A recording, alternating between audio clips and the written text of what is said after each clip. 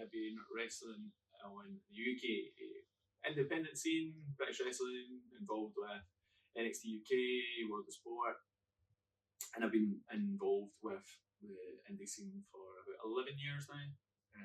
Yeah. And how long have you been wrestling with ICW specifically? So I started wrestling with ICW in about 8 years probably in total, 8 or 9. Yeah, so I was very fortunate. I got involved when ICW was on the up, and I seen all the dizzy heights of what they experienced. So I was very fortunate in that regard.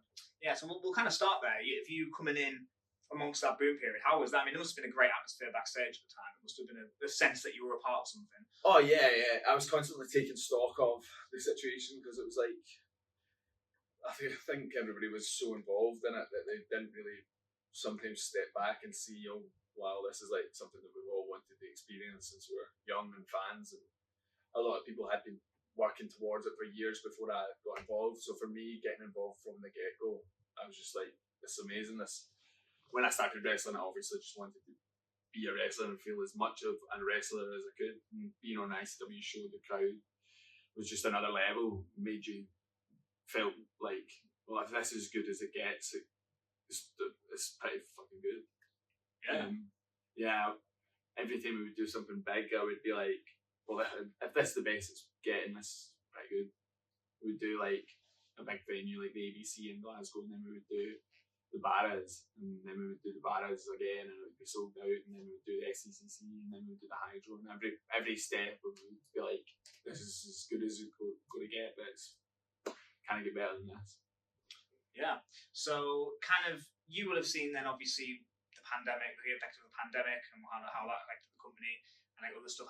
What was that like in terms of, because obviously the challenges maybe came around 2019, you were in a little bit of the kind of general British wrestling, I guess, because maybe overexposure. Like, what can you give maybe some insight into why maybe things? Yeah, I think it just obviously with ICW and then some companies down south like Rev Pro and Progress. Obviously, these companies were like doing really good business, and then obviously a lot of people wanted to capitalise on that good business. And so then there was a lot of outside forces that got involved, and it was a lot of people were fortunate. Like everybody had worked so hard to get these companies to a certain point that they were then reaping the benefits. Like the promoters all reaped the benefits from going on the up, but then the boys didn't as much because we were just the workers.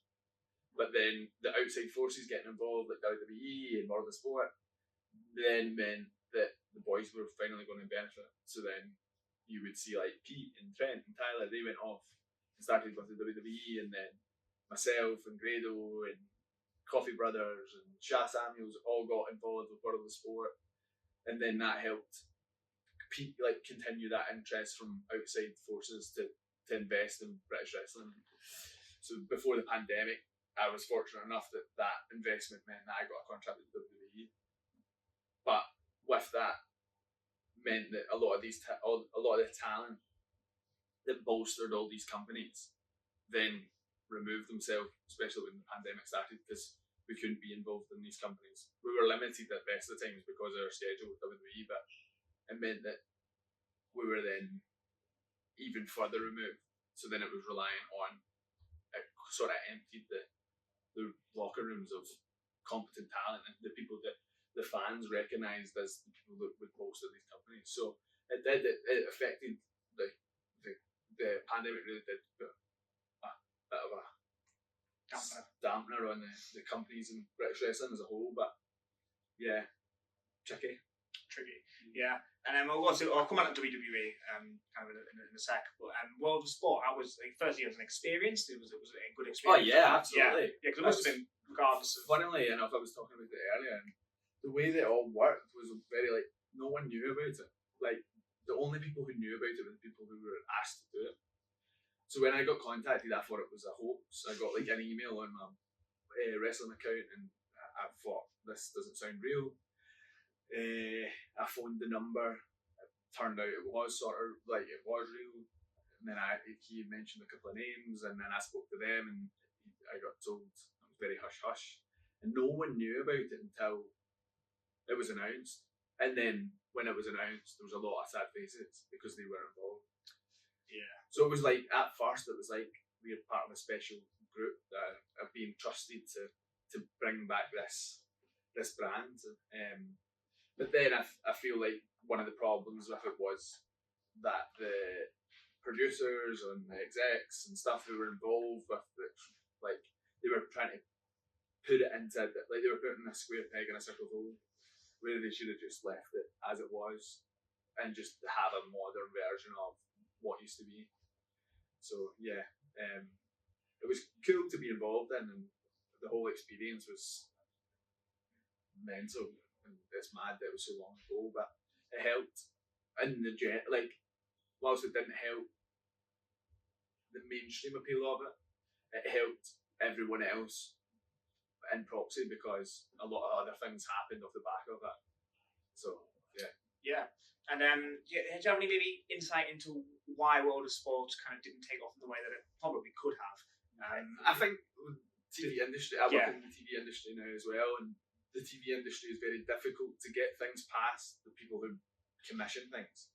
They need to be airtight, and so when something like as niche as wrestling comes up, it's a very hard sell to any commissioner. So then when it's like something like World of Sport, the numbers that it done was fantastic. Like more people watched the first opening match than did watch WrestleMania that year, which is mental when you think about it. It was like 1.5 million viewers on that first half hour of the show. I was involved in that first half hour of the show. Who'd you fight? And then it was a ladder match, which probably didn't help things. But yeah, I think on the surface it done great, but then there's a lot of things at play when it comes to TV commission. Who's going to fund it?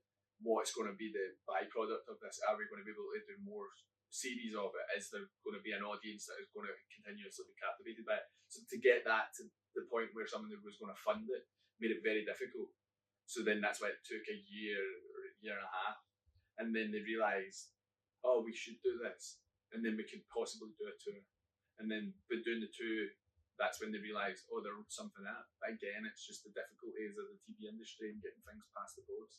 Yeah. So kind of post-pandemic, what's kind of ICW is kind of rebuilt. You've kind of got this new era of ICW now with the new management and the new kind of regime, so to speak. Talk about that feeling backstage, because you've got like now very much a sense that ICW is kind of getting itself back to where it was, and you've got that kind of new direction for the company. What is it like from your perspective? So like I said, I wasn't involved in all the pandemic closed door stuff. Then obviously when NXT UK stopped being a brand, I came back to ICW with the main goal. This is like the sole company really that I work with now, and the main goal was to pay forward what was paid forward to me when I was involved. And like, there's no delusions in me that this is going to be it's going to be easy or we're going to get to the same dizzy heights as before, but there's no reason why we can't take it off in a different direction and have it succeed in a different light. Yeah. Because like that era of ICW where we went and done the Hydro and we were on BBC documentaries and it was a cult following, and the name ICW sold the show, is not the person or the individual, it was the show sold the show. That was lightning in a bottle. That was a one-time opportunity. That it was a special group of people. They were all working towards that singular goal of making this thing succeed and making us all succeed.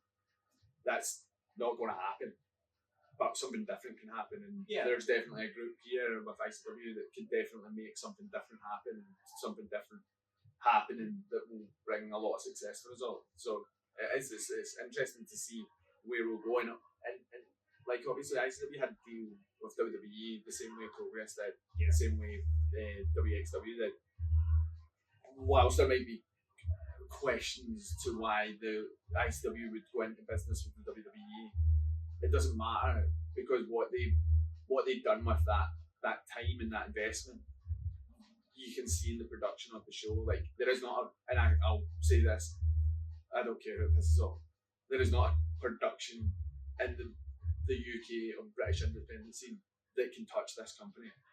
because what they'd done with that time and that money was invested back into the company to, one, put out a better product, two, make everybody look better, and three, transfer that knowledge so that then when one of us gets an opportunity with a bigger company, we're already a step ahead because we're like, well, I know how to work a hard cam, I know how to work the side cameras, I know how to make an entrance in front of an actual entrance scene and not just coming for a curtain. Like, what this company's done with that investment is paid dividends. So being part of the company now through this second phase of it, it's interesting to see where it's going to go. Yeah. What was it like being working with Shawn Michaels and Matt Bloom and all the NXT UK lot? Yeah, it was great. It was just like a different way of thinking and a different like mode of working. We didn't have like direct lines of contact with them on a regular basis like you would if we worked in Orlando. And obviously the pandemic really slowed all that down, and we're just getting to that. What for me, anyways, I was starting to get my foot in with them, and then the pandemic happened. But following the pandemic, we would have contact with them, and they would be giving feedback, and they would be giving directives, and it was good. It was just a different way of working, and a lot of that knowledge that they passed on to us is invaluable. You're never going to get that from working an independent show, but that's why coming back to something like this that is like on its rebuild, if I can do some level of good for it by passing some of that information along, then it'll hopefully do someone else good like it did me back when I was starting. Some people, like when Drew, for example, came back to ICW, which was obviously a massive boost for the company, he would like watch some of your matches. And this isn't like a full pack cliche thing that, oh, you would watch the monitor. That's a lie. That would be a lie if I said, yeah, you would watch the monitor for every match. But there would be times he would be like, oh, I've seen your match, and give you feedback. And that sort of stuff is like nuggets of gold. Some of it might have been irrelevant. Like, this is the thing about feedback. It's all personal, and you can take with it what you want from it. But for him to just drop a nugget of gold, you'd be like, that's amazing. So if I can then do that for someone, I'm not saying everything that'll come out of my mouth will be worthwhile, but if I say 10 things and one person picks up one thing, then that's how it works. What are the feelings like walking out in front of the crowd and then getting in that ring and like, putting on a show? What are those feelings like, and how do you sort of manage them? And maybe just before as well, like kind of 15, 20 minutes before, and maybe the difference between the beginning of your career and how that felt, and maybe now later on. I think when you're starting wrestling, you're like, it's like nerves, and there's a lot of like, it's all personal, like it's all personal circumstances. So like for me, when I started like being a little bit successful, so I had imposter syndrome in the sense that I was like, I sort of like this. And then when I went to WWE, I sort of found out that I had a little bit, and then I had to really find why I was there. So I didn't suffer from imposter syndrome. So a lot of the times before I would be going out, I'd be like, shit, someone's going to find out I'm not meant to be here. But then once I realised, oh no, I'm class. I'm great at this. It was that own personal self-belief, and like I do positive self-talk before I go out and tell myself how good I am. Not because I'm like, I'm class at this. It's because it's the only way then I'll be like, no, you don't have anything to worry about when it comes to when the bell rings, when the red light's on, you're okay. And then when you're out there, it's class. Like there could be 30 people in the crowd, or there could be 3,000 people in the crowd. It's still the same because you're still. The best part is when you're getting someone interest and they're biting on things that you're doing. It's just that 10 minute, like everything else is the stress. Those 10, 15 minutes in the ring are like the least stress. It's just that different. Gravy, man. We're asking everyone this question. Was there any moment in particular when you were like, maybe when you were young or when you were growing up, that you saw watching wrestling and thought either this is for me, I want to do this, or like maybe even less significant than that, kind of just like I kind of a moment you fell in love with wrestling? Anything watching as a kid or when you were older that made you feel that way? Or well, I always watched WWE on a Saturday, watch SmackDown on Sky One, and just like waking up on a Saturday morning and getting to watch it, just seeing Rey Mysterio jumping off the cage and like that, SmackDown when it was like Eddie and SmackDown 6. Yeah, it was like just smaller guys, and I was like, that'd be cool. And obviously there was no Scottish wrestlers, and then you're like, And then Drew started, and obviously I knew nothing about British wrestling. Drew started, and I was like, well, he's a bad guy, so I can't cheer for him.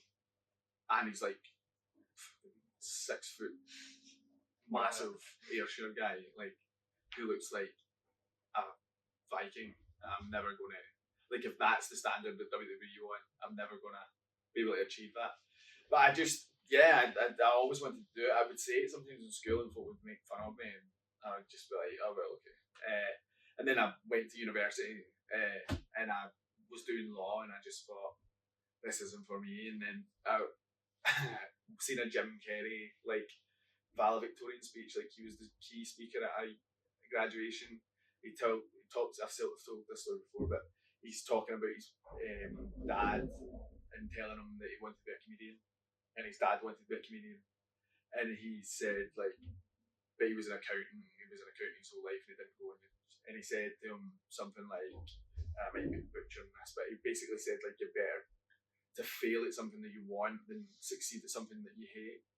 And to me, that was like, oh, cool. Like, I might as well give this a bash and try it, and then at least I can go away and be like, oh well. And then when I got involved and I got to do all the cool stuff with ICW, I was like, well, I've achieved the things that like I wanted to achieve. Like, and then obviously other things, World Sport and ICW, WWE. Like, I can look at all that and be like, doesn't matter if there's like $1 million in the bank, like all the things I wanted to do when I was younger, I didn't go, and then I'll be a millionaire.